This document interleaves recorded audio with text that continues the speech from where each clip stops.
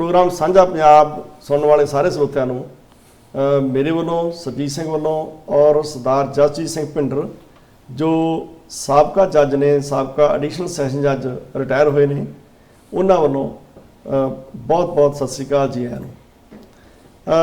ਸਾਡੇ ਨਾਲ ਅੱਜ ਜਸਜੀਤ ਸਿੰਘ भिंडर होरी जो ਵੱਖ-ਵੱਖ ਥਾਵਾਂ ਤੇ ਤਕਰੀਬਨ ਪੰਜਾਬ ਦੇ ਸਾਰੇ ਜ਼ਿਲ੍ਹਿਆਂ ਦੇ ਵਿੱਚ ਕਿਤੇ ਉਹਨਾਂ ਨੇ ਸਬ ਜੱਜ ਦੀ ਜੌਬ ਕੀਤੀ, ਕਿਤੇ ਸਿਵਲ ਜੱਜ ਦੀ ਜੌਬ ਕੀਤੀ, ਕਿਤੇ ਸੀਜੀਐਮ ਰਹੇ, ਕਿਤੇ ਐਡੀਸ਼ਨਲ ਸੀਜੀਐਮ ਰਹੇ।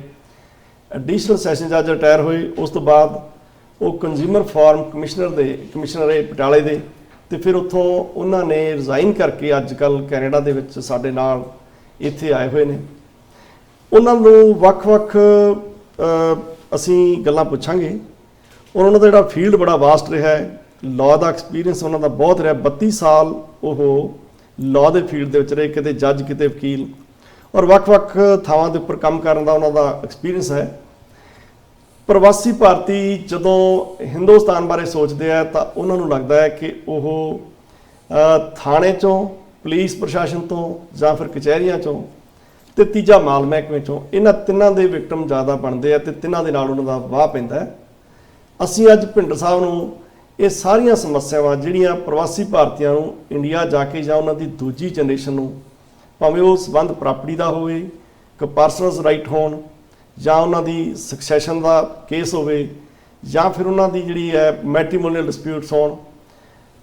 ਕਿਹਾ ਜਾਂਦਾ ਹੈ ਕਿ ਕੋਈ 6 ਲੱਖ ਮੁਕੱਦਮਾ ਪੰਜਾਬ ਦੇ ਵਿੱਚ ਪੈਂਡਿੰਗ ਪਿਆ, ਜਿਹਦੇ 'ਚੋਂ 2.5 ਲੱਖ ਜਿਹੜੇ ਕੇਸ ਹੈ ਉਹ ਪ੍ਰਾਪਰਟੀਜ਼ ਦੇ ਨਾਲ ਸਿਵਲ ਕੇਸਿਸ ਨੇ, ਔਰ ਕੋਈ 3.5 ਲੱਖ ਕੇਸ ਜਿਹੜੇ ਆ ਉਹ ਕ੍ਰਿਮੀਨਲ ਕੇਸਿਸ ਨੇ ਜਿਹੜੇ ਪੈਂਡਿੰਗ ਪਏ ਆ ਡਿਫਰੈਂਟ ਕੋਰਟਸ ਦੇ ਵਿੱਚ।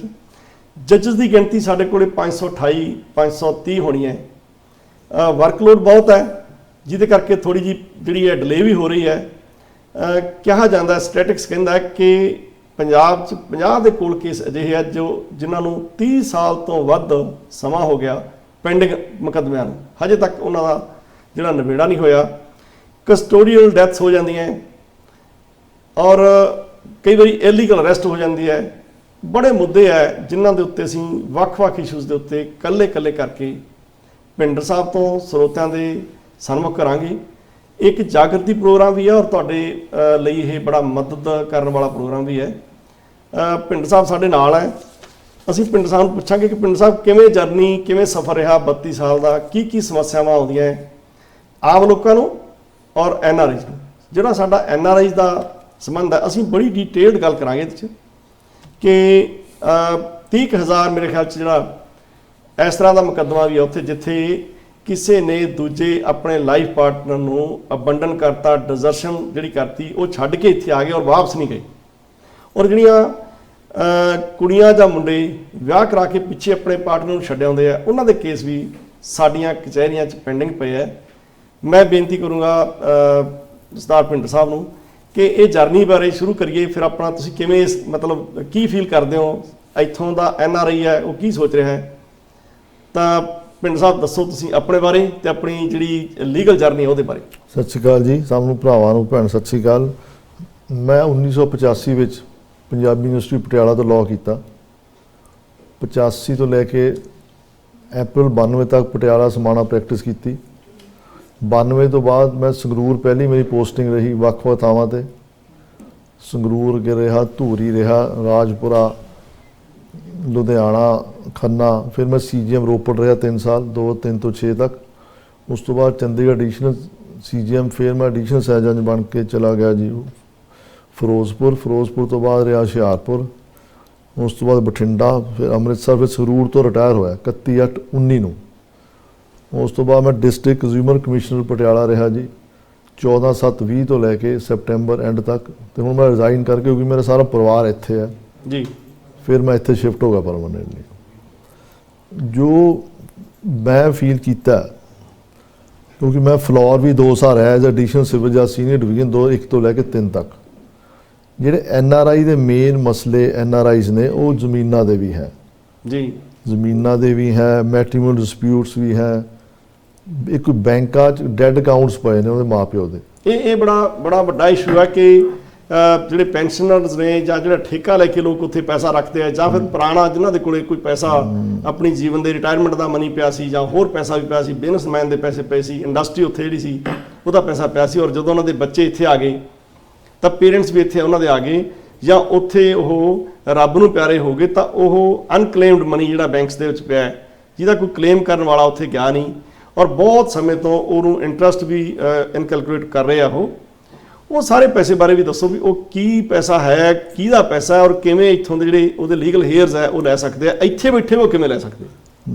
ਦੇਖੋ, ਜਿਹੜਾ ਉੱਥੇ ਬਹੁਤ ਜ਼ਿਆਦਾ ਡੈਡ ਅਕਾਊਂਟਸ NRIs ਦੇ ਪਏ ਨੇ ਜਿਨ੍ਹਾਂ ਦਾ ਕੋਈ ਵਾਲੀ ਵਾਰਸ ਹੈ ਨਹੀਂ, ਪਰ ਉਹ ਅਕਾਊਂਟਸ ਦੇ ਸਾਡਾ ਉੱਥੇ ਸਿਸਟਮ ਬੈਂਕਿੰਗ ਦਾ ਬਹੁਤ ਅੱਛਾ ਹੈ, ਲੈਡ ਬਾਈ RBI, ਉਹਦਾ ਇੰਟਰਸਟ ਪੈ ਰਿਹਾ ਜੀ।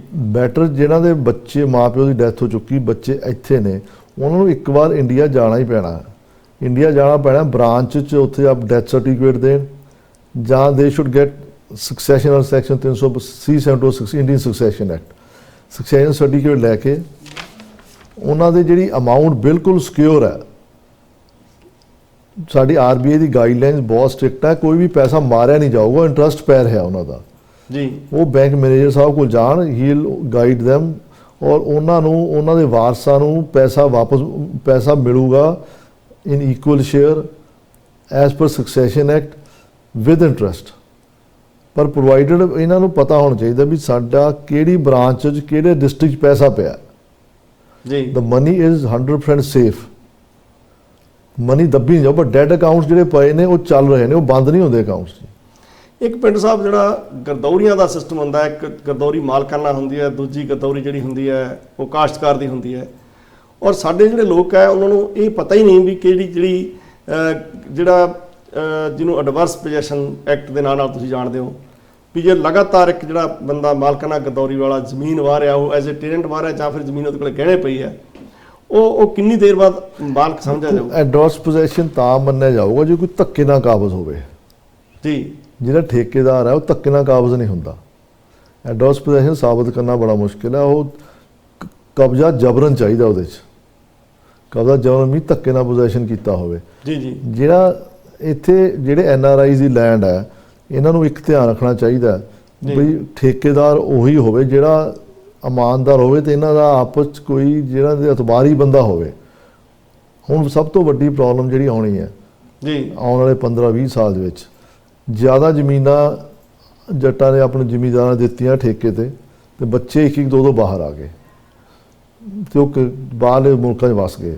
ਜਦੋਂ ਹਰੇਕ ਬੰਦੇ ਨੇ ਪ੍ਰਮਾਤਮਾ ਦੇ ਹੁਕਮ ਦੇ ਮੁਤਾਬਕ ਇੱਕ ਦਿਨ ਉੱਪਰ ਜਾਣਾ ਜੀ, ਜੇ ਉੱਪਰ ਚਲੇ ਗਏ, ਜੇ ਡੈਥ ਹੋ ਗਈ, ਜੇ ਬੱਚਿਆਂ ਨੇ ਜਾਣਾ ਨਹੀਂ ਤਾਂ ਉਹਦਾ ਚਾਂਸਿਸ ਬੜੇ 15-20 ਸਾਲ ਪ੍ਰੋਬਲਮ ਬੜੀ ਵੱਡੀ ਹੋਣੀ ਹੈ, ਉਹਦਾ ਚਾਂਸਿਸ ਬਹੁਤ ਬਣ ਜਾਣਾ ਵੀ ਠੇਕੇਦਾਰ ਨੇ ਛੱਡਣੀ ਨਹੀਂ ਜ਼ਮੀਨ।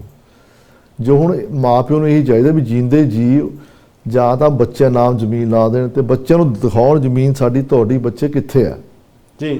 ਅਦਰਵਾਈਜ਼ ਬੱਚੇ ਨੇ ਜਾਣਾ ਨਹੀਂ ਤੇ ਠੇਕੇਦਾਰ ਉੱਥੇ ਬੈਠਾ ਹੋਣਾ, ਜੇ ਬੱਚੇ ਜਾਣਗੇ he try to tangle them in some cases, ਉਹਨਾਂ ਨੂੰ ਫਸਾ ਦੂਗਾ ਤੇ ਉਹਨਾਂ ਦਾ ਪਾਸਪੋਰਟ ਜ਼ਬਤ ਹੋ ਜੂ, ਮੁੜ ਕੇ ਉਹਨਾਂ ਤੋਂ ਆਇਆ ਨਹੀਂ ਜਾਣਾ। ਇਹ ਬੜੀ ਵੱਡੀ ਪ੍ਰੋਬਲਮ ਹੈ। ਮਾਂ ਪਿਓ ਨੂੰ ਆਪਣੇ ਜੀਂਦੇ ਜੀ ਸੋਚਣਾ ਚਾਹੀਦਾ ਜੀ, ਤੇ ਜੀਂਦੇ ਜੀ ਹੀ ਉਹਨਾਂ ਨੂੰ ਜ਼ਮੀਨ ਜੋ ਜਿਨ੍ਹਾਂ ਨੂੰ ਦੇਣੀ ਚਾਹਣ ਉਹ ਵਿਲ ਕਰ ਦੇਣ, ਗਿਫਟ ਕਰ ਦੇਣ। ਅੱਜ ਕੱਲ੍ਹ ਬੱਚਿਆਂ ਦੇ ਨਾਂ 'ਤੇ 1% ਫੀਸ 'ਤੇ ਜ਼ਮੀਨ ਟਰਾਂਸਫਰ ਹੋ ਜਾਂਦੀ ਹੈ ਇਨ ਫੈਮਿਲੀ, ਉਹ ਟਰਾਂਸਫਰ ਕਰ ਦੇਣ ਵੀ ਜ਼ਮੀਨ ਦੀ ਸੇਫਟੀ ਰੱਖਣ ਜੀ। ਅਦਰਵਾਈਜ਼ ਜਿਹੜੇ ਬੱਚੇ ਨਾ ਗਏ ਤੇ ਮਾਂ ਪਿਓ ਡੈਥ ਹੋ ਗਈ, ਫਿਰ ਚਾਂਸਿਸ ਹੈਗੇ ਵੀ ਜੀ ਕੋ ਹੈ ਉਹਨੇ ਛੱਡਣੀ ਨਹੀਂ ਜ਼ਮੀਨ। ਪਰ ਉੱਥੇ ਪਿੰਡ ਸਾਹਿਬ ਇੱਕ ਤੁਹਾਡੀ ਗੱਲ ਵਿੱਚੋਂ ਜਿਹੜਾ ਆਇਆ ਕਿ ਜਿਹੜੀ ਲੋਕ ਪਾਵਰ ਆਫ ਅਟਾਰਨੀ ਆਪਣੀ ਦੇ ਦਿੰਦੇ ਆ, ਪਾਵਰ ਆਫ ਅਟਾਰਨੀ ਕਿੰਨੇ ਤਰ੍ਹਾਂ ਦੀ ਹੁੰਦੀ ਹੈ, ਜਨਰਲ ਕੀ ਹੈ ਜਾਂ ਸਪੈਸ਼ਲ ਕੀ ਹੈ? ਤਾਂ ਪਾਵਰ ਆਫ ਅਟਾਰਨੀ ਦਾ ਮਿਸਯੂਜ਼ ਵੀ ਹੁੰਦਾ ਹੋਣਾ ਕਿਤੇ ਨਾ ਕਿਤੇ? ਨਹੀਂ, ਸਪੈਸ਼ਲ ਪਾਵਰ ਆਫ ਅਟਾਰਨੀ ਹੁੰਦੀ ਹੈ to do a certain work only ਜੀ, ਵੀ ਮੇਰੀ ਜ਼ਮੀਨ ਦਾ ਦੇਖਭਾਲ ਕਰੋ। ਜਨਰਲ ਪਾਵਰ ਆਫ ਅਟਾਰਨੀ ਹੁੰਦੀ ਹੈ ਵੀ ਵੇਚ ਸਕਦਾ ਹੈ, ਗਹਿਣੇ ਕਰ ਸਕਦਾ ਹੈ, ਖਰੀਦ ਸਕਦਾ। ਉਹ ਜਾਨੀ ਸਾਰੇ ਹੱਕ ਹਕੂਕ ਜਨਰਲ ਪਾਵਰ ਆਫ ਅਟਾਰਨੀ 'ਚ ਜਿਹੜਾ ਉਹਨੂੰ ਦਿੱਤੇ ਜਾਂਦੇ ਜੀ। ਜਨਰਲ ਪਾਵਰ ਅਟਾਰਨੀ ਉਹਨੂੰ ਹੀ ਦੇਣੀ ਚਾਹੀਦੀ ਹੈ ਜਿੱਤੇ ਅਤਬਾਰ ਹੈ, ਅਦਰਵਾਈਜ਼ ਬਹੁਤ ਜ਼ਿਆਦਾ ਜਿਹਦੇ ਤੇ ਵਿਸ਼ਵਾਸ ਮਤਲਬ ਜਿਹਦੇ ਤੇ ਅਟੁੱਟ ਭਰੋਸਾ ਹੋਵੇ। ਅਦਰਵਾਈਜ਼ ਕਈ ਕੇਸਿਸ ਅਸੀਂ ਦੇਖੇ ਨੇ ਵੀ ਜਨਰਲ ਪਾਵਰ ਆਫ ਅਟਾਰਨੀ ਨੇ ਆਪਣੇ ਕਿਸੇ ਘਰ ਦੇ ਨਾਲ ਹੀ ਜ਼ਮੀਨ ਕਰਾ ਦੇਣਾ, ਜ਼ਮੀਨ ਕਰਾ ਲਈ ਵਿਦਆਊਟ ਭਰਾਵਾਂ ਨੇ ਭਰਾਵਾਂ ਤੋਂ ਜ਼ਮੀਨ ਕਰਾ ਲਈ, ਚਾਚੇ ਤਾਇਆਂ ਦੇ ਮੁੰਡਿਆਂ ਦੇ ਨਾਂ ਤੇ ਕਰਾ ਲਈ, ਜਾਂ ਫਿਰ ਮਤਲਬ ਨੇੜੇ ਦੇ ਰਿਸ਼ਤਿਆਂ ਦੇ ਵਿੱਚ ਪਾਵਰ ਅਟਾਰਨੀ ਦਾ ਮਿਸਯੂਜ਼ ਕਰਤਾ। ਉਹਦੇ ਬਾਅਦ ਕੋਈ ਅਪੀਲ ਨਹੀਂ ਹੈਗੀ ਉਹਦੀ।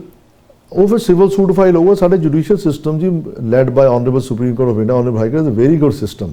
ਹਾਂਜੀ, ਕਚਹਿਰੀਆਂ ਦਾ ਵੀ ਇੱਕ ਬੜਾ ਵਧੀਆ ਸਿਸਟਮ ਹੈ। ਹੁਣ ਪੁਰਾਣੇ ਕੇਸ ਬਹੁਤ ਘਟ ਰਹੇ ਨੇ। ਪਹਿਲਾਂ ਲੁਧਿਆਣੇ ਵਿੱਚ ਦੇਖਿਆ ਜਾਂਦਾ ਸੀ ਬੜੇ ਪੁਰਾਣੇ ਕੇਸ ਸੀ, ਹੁਣ 올ਡ ਦੀ ਕੇਸ ਦੀ ਪੋਟੈਂਸੀ ਬਹੁਤ ਜ਼ਿਆਦਾ ਘਟ ਗਈ ਹੈ। ਜੁਡੀਸ਼ੀਅਲ ਆਫਿਸਰ ਬਹੁਤ ਸਿਲੈਕਟ ਹੋ ਗਏ ਨੇ, ਟੋਟਲ ਕੋਈ ਪ੍ਰੋਬਲਮ ਨਹੀਂ ਆਉਂਦੀ ਹੁਣ।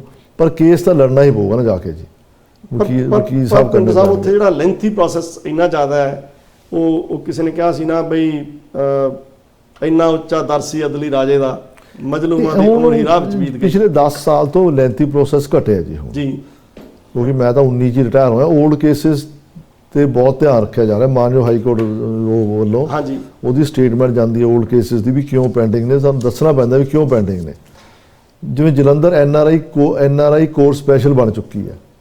ਹਾਂਜੀ, ਉਹ 'ਚ ਇੱਕ ਸਮੱਸਿਆ ਆਉਂਦੀ ਹੈ ਕਿ ਜਿਹੜਾ ਬੰਦਾ ਇੱਥੋਂ ਜਾਂਦਾ ਹੈ ਉਹ $5-10 ਹਜ਼ਾਰ ਪਰ ਮੰਥ ਕਮਾਉਣ ਵਾਲਾ ਬੰਦਾ, ਕੋਈ ਟਰੱਕ ਡਰਾਈਵਰ ਹੈ, ਕੋਈ ਟੈਕਸੀ ਚਲਾਉਂਦਾ ਹੈ, ਕੋਈ ਹੋਰ ਬਿਜ਼ਨਸ ਕਰਦਾ, ਆਪਣਾ ਰੈਸਟੋਰੈਂਟ ਹੈ ਜਿਹਦਾ, ਉਹ ਆਪਣਾ ਬਿਜ਼ਨਸ ਬੰਦ ਕਰਕੇ ਜਦੋਂ ਥੋੜੇ ਸਮੇਂ ਲਈ ਉੱਥੇ ਜਾਂਦਾ ਤਾਂ ਕੋਰਟਾਂ ਦੇ ਜਿਹੜੇ ਕੰਮ ਹੈ, ਕੋਰਟ ਇਸ ਗੱਲ ਨੂੰ ਧਿਆਨ ਨਹੀਂ ਦਿੰਦੀ ਉੱਥੇ ਕਿ ਬੰਦੇ ਦਾ ਲਾਸ ਕਿੰਨਾ ਹੋ ਰਿਹਾ ਇੱਥੇ ਆਉਣ ਨਾਲ। ਨਹੀਂ, ਕੋਰਟ ਸਿਵਲ ਕੋਰਟ ਤੁਸੀਂ ਵਕੀਲ ਸਿਵਲ ਸੂਟ ਕਿਹੜਾ ਕੋਈ ਫੌਜਦਾਰੀ ਕੇਸ ਹੈ ਮੁਲਜ਼ਮ ਉਹ ਕਿ ਲੋੜ ਪੈਣੀ ਹੈ। ਵਕੀਲ ਸਾਹਿਬ ਬੜੇ ਅੱਛੇ ਵਕੀਲ ਨੇ ਹਰੇਕ ਡਿਸਟ੍ਰਿਕਟ ਪੰਜਾਬ ਦੇ। ਹਾਂਜੀ, ਬਹੁਤ ਅੱਛੇ ਸਿਵਲ ਕ੍ਰਿਮੀਨਲ ਵਕੀਲ ਨੇ ਜੀ, ਔਰ ਇਮਾਨਦਾਰ ਅੱਛੇ ਵਕੀਲ ਨੇ। ਕੋਈ ਵਕੀਲ ਨਹੀਂ ਵਿਕਦਾ ਜਿਵੇਂ ਲੋਕਾਂ ਫਾਲਤੂ ਰੌਲਾ। ਚੰਗਾ ਵਕੀਲ ਕਰਨਾ ਸਿਵਲ ਸੂਟ ਲੜੀ ਜਾਊਗਾ ਜੀ, ਬੰਦੇ ਨੂੰ ਤਾਂ ਇੱਕ ਵਾਰੀ ਜਾਣ ਦੀ ਲੋੜ ਪੈਣੀ ਹੈ ਜੋ ਐਵੀਡੈਂਸ ਹੋਣਾ। ਬਾਕੀ ਸਾਰਾ ਆਨਲਾਈਨ ਹੀ ਕੰਮ ਹੋ ਜਾਂਦਾ ਜੀ। ਬਾਕੀ ਆਨਲਾਈਨ ਨਹੀਂ ਹੁੰਦਾ ਜੀ, ਬਾਕੀ ਉੱਥੇ ਵਕੀਲ ਸਾਹਿਬ ਆਪੇ ਕਰੀ ਜਾਂਦੇ ਨੇ। ਟਾਈਮ ਜ਼ਰੂਰ ਆ, ਕੋਈ ਕੋਵਿਡ ਕਰਕੇ ਹੁਣ 1.5 ਸਾਲ ਕੋਰਟਾਂ ਕਾਫੀ ਦੇਰ ਬੰਦ ਰਹੀਆਂ ਨੇ। ਇੱਕ ਪਿੰਡ ਸਾਹਿਬ ਜਿਹੜੀ ਫਾਲਸ ਇੰਪਲੀਕੇਸ਼ਨ ਹੈ ਕੇਸਿਸ ਦੀ, ਜਾਂ ਜਿਵੇਂ ਆਪਾਂ ਇੱਥੇ ਲੋਕ ਕਹਿੰਦੇ ਕਿਸੇ ਮਨੁੱਖੀ ਅਧਿਕਾਰਾਂ ਦਾ ਉੱਥੇ ਜਿਹੜਾ ਪੁਲਿਸ ਵੱਲੋਂ ਘਾਣ ਹੁੰਦਾ ਹੈ, ਉਹਨਾਂ ਨੂੰ ਵਿਦਆਊਟ ਵਾਰੰਟ ਵੀ ਅਰੈਸਟ ਕੀਤਾ ਜਾਂਦਾ ਹੈ। ਅਰੈਸਟ ਦੇ ਸੰਬੰਧ ਵੀ ਮਤਲਬ ਪੁਲਿਸ ਤਾਂ ਹੀ ਐਕਸ਼ਨ ਜਾਏ ਜੇ ਕੋਈ ਕੰਪਲੇਂਟ ਕਰੂਗਾ ਜੀ। ਪੁਲਿਸ ਸੂਓ ਮੋਟੋ ਐਕਸ਼ਨ ਤਾਂ ਲੈਂਦੀ ਨਹੀਂ ਜੀ।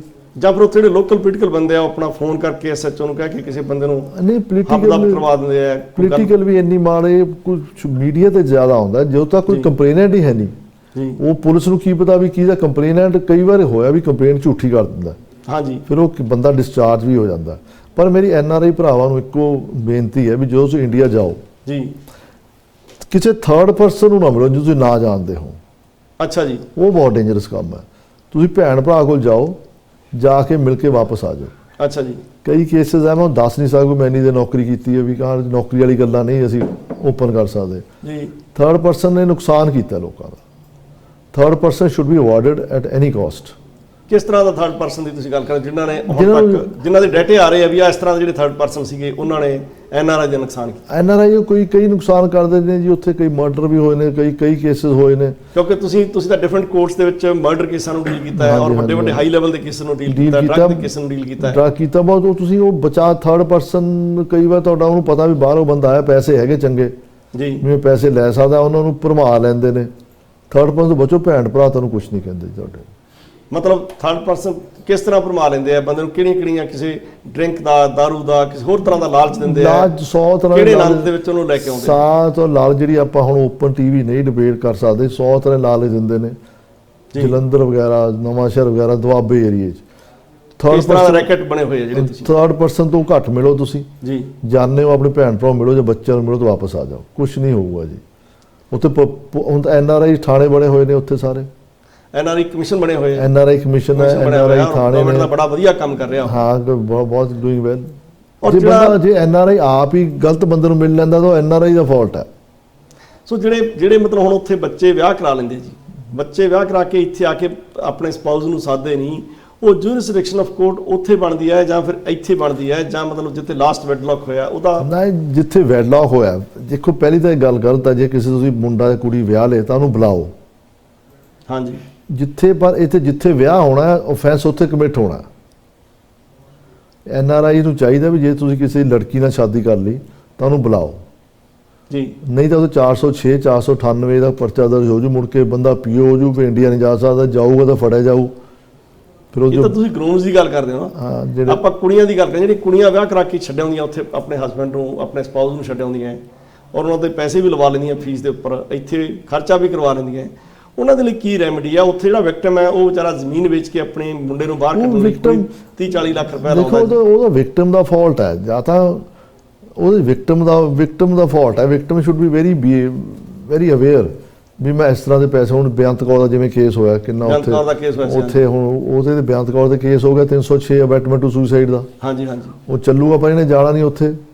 ਐਕਸਟ੍ਰਾਡੀਸ਼ਨ ਇਜ਼ ਵੈਰੀ ਟਫ। ਉਹ ਤਾਂ ਇੰਟਰਪੋਲ ਕੋਲੇ ਸਟਾਫ ਵੀ ਹੈ ਨਹੀਂ, ਸਟਾਫ ਵੀ ਇਹਨਾਂ 'ਚ ਹੈ ਨਹੀਂ, ਔਰ ਨਾ ਹੀ ਇਹ ਪ੍ਰੈਫਰਡ ਕੇਸ ਵੀ ਨਹੀਂ ਹੈਗੇ ਇਹ ਤਾਂ ਦੇਖੋ ਬੱਚੇ ਜਦੋਂ ਮਾਪਿਓ ਕਰਦੇ ਤਾਂ ਉਹਨੂੰ they should be very careful by doing this, very very care, they should avoid. Legal remedy ਹੈ, ਬੰਦੇ ਨੇ ਜ਼ਮੀਨ ਵਿੱਚ ਹੀ ਆਪਣੀ ਲੀਗਲ ਪੈਸਾ ਲੈ ਕੇ ਆਪਣੀ ਨੂੰਹ ਨੂੰ ਦੇਤਾ, ਲੀਗਲ ਰੈਮਡੀ ਹੈ ਨਹੀਂ, ਉਹਦਾ ਵਿਆਹ ਹੋਇਆ ਹੋਇਆ ਰਜਿਸਟਰਡ ਹੋਇਆ ਬਕਾਇਦਾ। ਜਿਸ ਪਰ ਲੀਗਲ ਰੈਮਡੀ ਕੀ ਹੈ, ਉਹ ਤੇ ਕੇਸ ਪਾਰਸਾ ਰੈਸਟੀਟਿਊਸ਼ਨ ਕੌਨਜੂਗਲ ਰਾਈਟ ਸੈਕਸ਼ਨ 9 ਦਾ ਹਿੰਦੂ ਮੈਰਿਜ ਐਕਟ ਦਾ ਕੇਸ ਪਾ ਦੂਗੀ।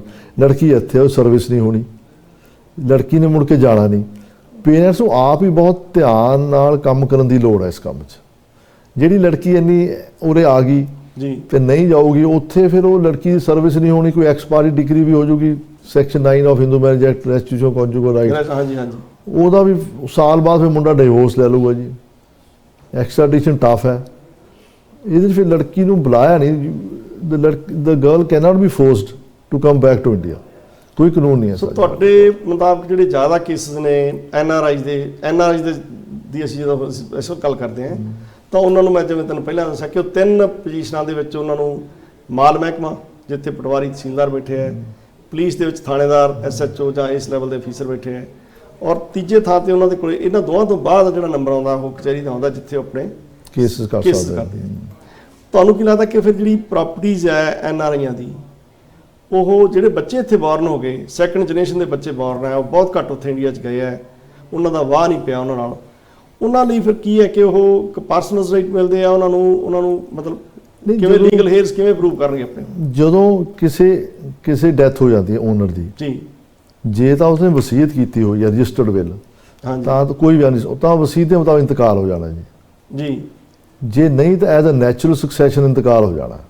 ਉਹ ਆਪਣੇ ਆਪ ਪਰਿਵਾਰੀਆਂ ਨੇ ਕਰਦਾ। ਹਾਂ, ਉਹ ਨਹੀਂ, ਬੰਦੇ ਨੂੰ ਜਾਣਾ ਪੈਣਾ ਜੀ, ਡੈਥ ਸਰਟੀਫਿਕੇਟ ਦੇਣਾ ਪੈਣਾ ਜੀ। ਫਿਰ ਨੈਚੁਰਲ ਸਕਸੈਸ਼ਨ ਦੇ ਉਹਨੂੰ ਆਪਣੇ ਜੇ ਲੀਗਲ ਏਅਰ ਉਹਦਾ ਦੱਸਣਾ ਪੈਣਾ। ਜੇ ਕੋਈ ਰਜਿਸਟਰਡ ਵਿਲ ਹੈ ਤਾਂ ਵਿਲ ਦੇਣੀ ਪੈਣੀ ਹੈ। ਫਿਰ ownership right as per succession act or as per will transfer ਹੋ ਜਾਣੇ ਨੇ ਜੀ। ਕਈ ਮੁਸ਼ਤਰਕੇ ਖਾਤੇ ਦੇ ਕੇਸ ਆਉਂਦੇ ਆ ਜਿਨ੍ਹਾਂ ਦੇ ਵਿੱਚ ਜਿਹੜਾ ਮਤਲਬ ਘਰ ਦਾ ਵੱਡਾ ਬੰਦਾ ਹੈ, ਗਰਦੌਰੀ ਉਹਦੇ ਨਾਂ ਤੇ ਪਈ ਹੈ, ਪਰ ਬੱਚੇ ਜਿਹੜੇ ਇੱਥੋਂ ਦੇ ਉਹ ਜਾਂਦੇ ਆ, ਉਹ ਵੇਖਦੇ ਆ ਵੀ ਗਰਦਾਵਰੀ ਤਾਂ ਸਾਡੇ ਸਰ ਗਰਦੌਰੀ ਨਹੀਂ, ਖਾਨਾ ਨੰਬਰ 4 ਜਮਾਬੰਦੀ 'ਚ ਹੈ। ਹਾਂਜੀ, ਖਾਨਾ ਨੰਬਰ 5 ਗਰਦੌਰੀ ਦਾ ਜਮਾਬੰਦੀ ਜਾ ਕੇ ਆਨਲਾਈਨ ਅਵੇਲੇਬਲ। ਖਾਨਾ ਨੰਬਰ 4 ਮਾਲਕਾਂ ਦੇ ਨਾਮ ਹਿੱਸੇ ਦੱਸੇ ਹੁੰਦੇ ਨੇ ਕਿ ਕਿੰਨਾ ਹਿੱਸਾ ਜਿਹੜਾ ਕਿੰਨਾ, A the 1/4, B the 1/4, C ਦਾ 1/4 ਜੀ। ਖਾਨਾ ਨੰਬਰ 5 ਹੁੰਦਾ ਹੂ ਇਜ਼ ਇਨ ਪੋਜੈਸ਼ਨ, ਵੀ ਪੋਜੈਸ਼ਨ ਕੀ ਹੈ। ਉਹ ਫਿਰ ਵੀ can file suit for partition ਜੀ। ਉਹ ਲੰਬੇ ਚੱਲਦੇ ਨੇ ਰੈਵਨਿਊ ਕੋਰਟਸ ਕੋਲ, ਲੰਬਾ ਕੰਮ ਹੈ। ਹਰੇਕ ਐਪਲੀਕੇਸ਼ਨ ਦੀ ਰਿਵੀਜ਼ਨ ਫਾਈਲ ਹੋਣੀ ਹੈ, ਤਹਿਸੀਲਦਾਰ ਸਾਹਿਬ ਦੇ ਹੋਣਾ, ਉਹਦੀ ਰਿਵੀਜ਼ਨ ਫਿਰ ਐਸਡੀਐਮ ਦੇ ਹੋਣੀ ਹੈ, ਐਸਡੀਐਮ ਬਾਈ ਡੀਸੀ ਦੇ ਹੋਣੀ ਹੈ, ਡੀਸੀ ਤੋਂ ਬਾਅਦ ਫਿਰ ਕਮਿਸ਼ਨਰ ਦੇ, ਫਿਰ ਐਫਸੀਆਰ ਦੇ, ਫਿਰ ਮਾਨਯੋਗ ਹਾਈ ਕੋਰਟ ਰਿਟ ਫਾਈਲ ਹੋ ਸਕਦੀ। That is a long process of partition. ਆਪਾਂ ਰਿਟ ਦੀ ਵੀ ਗੱਲ ਤੁਸੀਂ ਕੀਤੀ ਹੈ। ਰਿਟ ਦਾ ਰਿਟ ਐਂਡ 'ਚ ਆਉਣੀ ਹੈ ਜੀ ਮੁਟੇਸ਼ਨ। ਰਿਟ ਐਨਆਰਆਈਜ਼ ਨੂੰ ਜਿਹੜੇ ਲੋਕ ਸਿਟੀਜ਼ਨ ਹੈ ਨਹੀਂ ਇੰਡੀਆ ਦੇ, ਕੀ ਉਹਨਾਂ ਨੂੰ ਅਵੇਲੇਬਲ ਹੈਗੀ? ਹਾਂਜੀ ਹਾਂ, they're owner as per Indian succession act they can file. ਜਿਹੜੇ ਮਤਲਬ ਜਿਹੜੇ ਜੰਮੇ ਨਹੀਂ ਬੰਦੇ ਜਾਂ ਕੈਨੇਡੀਅਨ ਸਿਟੀਜ਼ਨ ਨੇ, ਰਿਟ ਦਾ ਪਰ ਉਹਨਾਂ ਦਾ ਅਧਿਕਾਰ ਜ਼ਮੀਨ ਤੇ ਤਾਂ ਹੈ ਹੀ ਆ। ਜ਼ਮੀਨ ਤੇ ਪਰ ਰਿਟ ਤਾਂ ਜਿਹੜੀਆਂ ਵੈਸੇ ਜਿਹੜੀਆਂ ਨਾਰਮਲ ਰਿਟਸ ਹੈਗੀਆਂ ਆਪਣੀਆਂ 5 ਰਿਟਸ ਹੈ, ਉਹ ਜਿਹੜੀ ਰਿਟ ਐਂਡ 'ਚ ਜਦੋਂ ਐਫਸੀਆਰ ਦੇ ਵੀ ਹਾਰ ਜੋ ਫੇਰ ਜਾਣੀ ਹੈ। ਵੈਸੇ ਤਕਸੀਮ ਹੋ ਜਾਂਦੀ ਹੈ, ਤਕਸੀਮ ਟਾਈਮ ਲੱਗਦਾ। ਮਾਲਕੀ ਦੇ ਹੁਣ ਤਾਂ ਤਕਸੀਮ ਦੀ ਲੋਕ ਅਦਾਲਤਾਂ ਵੀ ਲੱਗਣ ਲੱਗ ਗਈਆਂ ਪਾਰਟੀਸ਼ਨ ਦੀਆਂ, ਗਵਰਨਮੈਂਟ ਕਰ ਰਹੀ ਹੈ ਜੀ। ਹਾਂਜੀ, ਐਨਆਰਆਈ ਦੇ ਥਾਣੇ ਬਣ ਗਏ, ਐਨਆਰਆਈ ਪੁਲਿਸ ਆ ਗਈ। ਸੋ ਤਕਸੀਮ ਇੰਨੀ ਔਖੀ ਨਹੀਂ ਬਦਲ ਰਹੀ। ਟਾਈਮ ਜ਼ਰੂਰ ਲੱਗਦਾ ਜੀ, ਕਿਉਂਕਿ ਹਰੇਕ ਐਪਲੀਕੇਸ਼ਨ ਜਿਹੜਾ ਬੰਦਾ ਕਬਜ਼ੇ 'ਚ ਬੈਠਾ ਹਾਂਜੀ ਤਾਂ ਉਹ ਹੈ, ਪਰ ਬਾਅਦ 'ਚ ਉਹਨੂੰ ਮੀਨ ਫਿਰ ਸਿਵਲ ਕੋਲ ਮੀਨ ਪ੍ਰੋਫਿਟ ਦਾ ਕੇਸ ਪੈ ਸਕਦਾ ਵੀ ਇੰਨੀ ਦੇਰ ਇਹਨੇ ਸਾਡਾ ਹਿੱਸਾ ਦੱਬੀ ਰੱਖਿਆ ਵੀ ਉਹਦੇ ਖਿਲਾਫ ਸੂਟ ਫॉर ਰਿਕਵਰੀ ਪੈ ਜਾਂਦਾ। ਅੱਛਾ ਜੀ, ਸੂਟ ਪੈਸੇ ਮਿਲ ਜਾਂਦੇ ਕੰਪਨਸੇਸ਼ਨ ਦਾ ਜਿਹਨੂੰ। ਪਰ ਇਹ ਜਿਹੜਾ ਇੱਥੇ ਐਨਆਰਆਈ ਬੈਠਾ ਨੂੰ ਪ੍ਰੋਬਲਮ ਜ਼ਰੂਰ ਆ। ਉੱਥੇ ਵਕੀਲ ਅੱਛੇ, ਉੱਥੇ ਵਕੀਲ ਸਾਹਿਬ ਕਰ ਲੈ, ਟਾਈਮ ਜ਼ਰੂਰ ਲੱਗਦਾ ਤਕਸੀਮ। ਪਰ ਉਹ ਤਾਂ ਫਿਰ ਇਹੀ ਹੈ ਕਿ ਜਿਹੜੇ ਐਨਆਰਆਈ ਨੇ ਜਾਣਾ ਹੀ ਨਹੀਂ, ਉਹ ਆਪਣੀਆਂ ਜ਼ਮੀਨਾਂ ਉੱਥੇ ਵੇਚਣਗੇ ਹੌਲੀ ਹੌਲੀ। ਉਹ ਫਿਰ ਬੈਟਰ ਇਹੀ ਹੈ ਵੀ ਬਾਕੀ ਤਾਂ ਸਿਆਣੇ ਜ਼ਮੀਨ ਜੇ ਜਾਣਾ ਹੀ ਨਹੀਂ, ਫਿਰ they should sell off the land, that is all. Otherwise ਉੱਥੇ ਨੁਕਸਾਨ ਹੋ ਜਾਣਗੇ। ਜਿਹੜਾ ਦੱਬੀ ਬੈਠਾ ਉਹ ਨੁਕਸਾਨ ਕਰਨ ਦੀ ਟਰਾਈ ਕਰੂਗਾ ਜੀ। ਉਹ ਕਿਸੇ ਨਾ ਕਿਸੇ ਝੂਠੇ ਕੇਸ ਵੀ ਫਸਾ ਸਕਦਾ ਜੀ। ਔਰ ਉੱਥੇ ਬੜਾ ਲੰਬਾ ਪ੍ਰੋਸੈਸ ਆਪਣੇ ਆਪ ਨੂੰ ਬੇਗੁਨਾਹ ਸਾਬਤ ਕਰਨ ਦਾ। ਨਹੀਂ, ਕ੍ਰਿਮੀਨਲ ਕੋਰਟ ਤਾਂ they are doing very well. ਹਾਂਜੀ, ਜੇ ਨਹੀਂ ਬੰਦਾ ਬਰੀ ਹੋ ਜਾਊਗਾ ਜੀ। ਪੁਲਿਸ ਵੀ ਤਾਂ ਹੀ ਐਕਸ਼ਨ ਕਰੂ ਜੇ ਕੰਪਲੇਨਟ ਆਊਗਾ ਜੀ। ਪੁਲਿਸ ਉਹ ਮੋਟੋ ਦਾ ਕੋਈ ਐਨਆਰਆਈ ਨੂੰ ਕਦੇ ਨਹੀਂ ਫੜਦੀ ਇੱਦਾਂ। ਜੇ ਕੰਪਲੇਨਟ ਆਊਗਾ ਜੀ ਫਿਰ ਪੁਲਿਸ ਨੂੰ ਐਕਸ਼ਨ ਲੈਣਾ ਪੈਂਦਾ। ਹਾਂਜੀ ਹਾਂਜੀ ਉਹ ਵੀ ਲੰਬਾ ਪ੍ਰੋਸੈਸ ਹੈ। ਫਿਰ NRI ਬਸ ਇਹੀ ਹੈ, ਇੱਕ ਤਾਂ NRI ਥਰਡ ਪਰਸਨ ਨੂੰ ਨਾ ਮਿਲਣ ਜੀ। NRI ਨੇ ਜਾਣਾ ਹੀ ਨਹੀਂ ਉੱਥੇ ਕਦੇ ਵੀ, ਤਾਂ ਆਪਾਂ ਤਾਂ ਕੰਸਲਟੈਂਸੀ ਕਰ ਸਕਦੇ ਵੀ they should sell off the land. ਤੁਸੀਂ ਬਹੁਤ ਲੰਬਾ ਐਕਸਪੀਰੀਅੰਸ ਹੈਗਾ ਤੁਹਾਡੇ ਕੋਲੇ, ਵਕੀਲ ਦਾ ਐਕਸਪੀਰੀਅੰਸ ਤੋਂ ਲੈ ਕੇ ਸੈਸ਼ਨ ਜੱਜ ਦੇ ਐਕਸਪੀਰੀਅੰਸ ਤੱਕ ਤੁਸੀਂ ਰਹੇ ਹੋ, ਔਰ ਫਿਰ ਕਦੀ ਬਠਿੰਡੇ ਪੋਸਟਿੰਗ ਹੋਈ ਆ ਤੁਹਾਡੀ, ਕਦੇ ਹੁਸ਼ਿਆਰਪੁਰ ਪੋਸਟਿੰਗ ਹੋਈ ਆ, ਕਦੇ ਪਟਿਆਲੇ ਰਹੇ ਹੋ, ਰੋਪੜ ਰਹੇ ਹੋ, ਅੰਮ੍ਰਿਤਸਰ ਰਹੇ ਹੋ। ਇਹ ਕਿਹੜਾ ਜਿਹੜਾ ਡਰੱਗ ਵਾਲੇ ਕੇਸ ਬੜੇ ਆ ਰਹੇ ਆ ਉੱਥੇ, NDPS ਦੇ ਕੇਸ ਬੜੇ ਆ ਰਹੇ ਆ ਉੱਥੇ, ਉਹਦੇ ਬਾਰੇ ਕੀ ਕਹਿਣਾ ਚਾਹੋਗੇ ਤੁਸੀਂ? ਕਿੰਨੇ ਕੇਸ ਆ? ਔਰ ਉੱਥੇ ਅੱਜ ਕੱਲ੍ਹ ਤਾਂ ਮੈਂ ਸਫਾਰੀ ਦੇ ਕੇਸ ਤੇ ਬਾਅਦ ਚਾਹੂੰਗਾ, ਜਿੱਥੋਂ ਸਫਾਰੀ ਇੱਥੋਂ ਲੋਕੀ ਪੈਸੇ ਦੇ ਕੇ ਉੱਥੇ ਜਿਹੜਾ ਮਰਡਰ ਕਰਵਾ ਦਿੰਦੇ ਆ, ਕੋਈ ਇਸ ਤਰ੍ਹਾਂ ਦੀ ਜਿਹੜੀ ਗੱਲਬਾਤ ਵੀ ਅੱਜ ਕੱਲ੍ਹ ਕੇਸਿਸ ਆ ਰਹੇ ਆ। ਦੇਖੋ ਸਾਡਾ ਜਿਹੜਾ NDPS ਐਕਟ ਹੈ ਨਾ, ਇਹ ਬੜਾ ਸਖਤ ਐਕਟ ਹੈ। ਹਾਂਜੀ। ਜੇ ਕਮਰਸ਼ੀਅਲ ਕੁਆਂਟੀਟੀ ਫੜੀ ਜਾਵੇ ਤਾਂ 10 ਸਾਲ ਤੋਂ ਲੈ ਕੇ 20 ਸਾਲ ਤੱਕ ਹੈ, ਫਾਂਸੀ ਵੀ ਇਵਨ ਹੈਗੀ NDPS ਬੜਾ ਸਖਤ ਐਕਟ ਹੈ। ਜ਼ਿਆਦਾਤਰ ਵੱਡਾ ਕੇਸ ਕਦੇ ਝੂਠਾ ਨਹੀਂ ਪੈਂਦਾ, ਜੇ ਰਿਕਵਰੀ ਹੁੰਦੀ ਤਾਂ ਹੀ ਪੈਂਦਾ ਜੀ। ਪਰ ਉਹਦੇ ਵਿੱਚ ਜਿਹੜੀ ਜ਼ਿੰਮੇਵਾਰੀ ਆ ਉਹ ਕੌਨਸ਼ੀਅਸ ਪੋਜੀਸ਼ਨ ਦੇ ਵਿੱਚ, ਜਿਹਦੇ ਚ ਰਿਕਵਰੀ ਕੰਟਰਾਬੈਂਡ ਫੜੀ ਗਈ ਹੈ, ਮੰਨ ਲਓ ਮੈਂ ਇਹ ਕਹਿ ਸਕਦਾ NRI ਭਰਾਵਾਂ ਨੂੰ ਕਿ ਜਿਹੜਾ ਡਰਾਈਵਰ ਗੱਡੀ ਚਲਾ ਰਿਹਾ, ਸੋ ਮੋਸਟ ਰਿਸਪੌਂਸਿਬਿਲਟੀ ਉਹਦੀ ਬਣ ਜਾਂਦੀ ਉੱਥੇ। ਪਰ ਜੇ ਡਰਾਈਵਰ ਗੱਡੀ ਚਲਾ, ਤਾਂ ਹੀ ਤਾਂ ਮੈਂ NRI ਨੂੰ ਕਿਹਾ ਵੀ ਥਰਡ ਪਰਸਨ ਨੂੰ ਮਿਲੋ, ਗੱਡੀ ਵਾਲਾ ਵੀ ਆਪਣਾ ਹੀ ਬੰਦਾ ਰੱਖੋ ਤੁਸੀਂ। ਇਹ ਬੜਾ ਵੱਡਾ ਮਤਲਬ ਇਹ ਹੈ ਵੀ ਕਿਸੇ ਥਰਡ ਪਰਸਨ ਨੂੰ ਮਿਲੋਗੇ ਤਾਂ ਫਸ ਜਾਓਗੇ। ਜੇ ਮਤਲਬ NRI ਤੋਂ ਬੜਾ ਪੋਜੈਸ਼ਨ, ਇੱਕ ਅੰਮ੍ਰਿਤਸਰ ਕੇਸ ਹੋਇਆ ਸੀ, ਉੱਥੋਂ ਜਲੰਧਰ ਪੁਲਿਸ ਨੇ ਫੜਿਆ ਸੀਗਾ, NRI ਆ ਰਿਹਾ ਸੀ, ਉਹਨੇ ਇੱਕ ਭਾਂਡਿਆਂ ਦੇ ਥੱਲੇ ਕੋਈ ਨਸ਼ੀਲਾ ਪਦਾਰਥ ਆ, ਜਲੰਧਰ ਦਾ ਕੇਸ ਆ ਉਹ। ਹਾਂਜੀ ਹਾਂਜੀ ਬੜੇ ਕੇਸਿਸ ਨੇ ਜੀ, ਕਿਉਂਕਿ that is very easy money. ਪਰ ਜਿਹੜੀ ਪੁਲਿਸ ਹੈ ਵੱਡਾ ਕੇਸ ਕਦੇ ਝੂਠਾ ਨਹੀਂ ਪਾਉਂਦੀ, ਉਹੀ ਕੇਸ ਪਾਉਂਦੀ ਜਿਹੜਾ ਰਿਕਵਰੀ ਹੋਈ ਹੋਵੇ। ਪੁਲਿਸ ਦਾ ਕੰਮ ਜਿਹੜਾ ਮਤਲਬ ਪਾਰਦਰਸ਼ੀ ਕੰਮ ਹੈਗਾ, ਪਾਰਦਰਸ਼ੀ ਕੰਮ ਹੈ। ਬਾਕੀ ਕੋਰਟਸ ਬੈਠੇ ਆ ਜੀ, ਸਾਡਾ ਜੁਡੀਸ਼ੀਅਲ ਸਿਸਟਮ ਦੁਨੀਆ ਦਾ ਸਭ ਤੋਂ ਅੱਛਾ ਸਿਸਟਮ। ਸਾਰੇ ਪੁਲਿਸ ਅਫਸਰ ਦੇ ਜਿਹੜੇ ਬੱਚੇ ਵੀ ਇੱਧਰ ਹੀ ਪੜ੍ਹ ਰਹੇ ਆ, ਉਹਨਾਂ ਨੂੰ ਪਤਾ ਇਸ ਗੱਲ ਦਾ।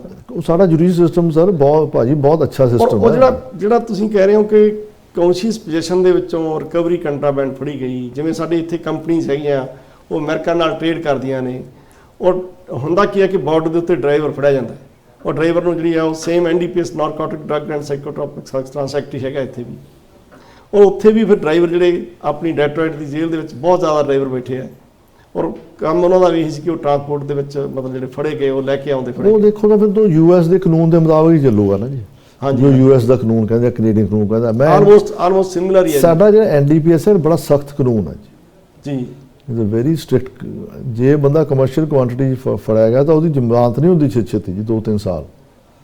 ਜੇ ਉਹਨੂੰ ਸਜ਼ਾ ਵੀ ਹੋਗੀ 10-20 ਸਾਲ ਦੀ, ਜਦ ਤੱਕ ਉਹਨੇ 1/4 ਸਜ਼ਾ ਨਹੀਂ ਕੱਟੀ, ਉਹਦੀ ਬੇਲ ਨਹੀਂ ਹੁੰਦੀ। ਸੋ ਬੇਲ ਵਾਸਤੇ ਵੀ ਉਹਨੂੰ ਘੱਟ ਤੋਂ ਘੱਟ 2 ਸਾਲ ਹਵਾਲਾਤ ਰਹਿਣਾ ਪੈਂਦਾ।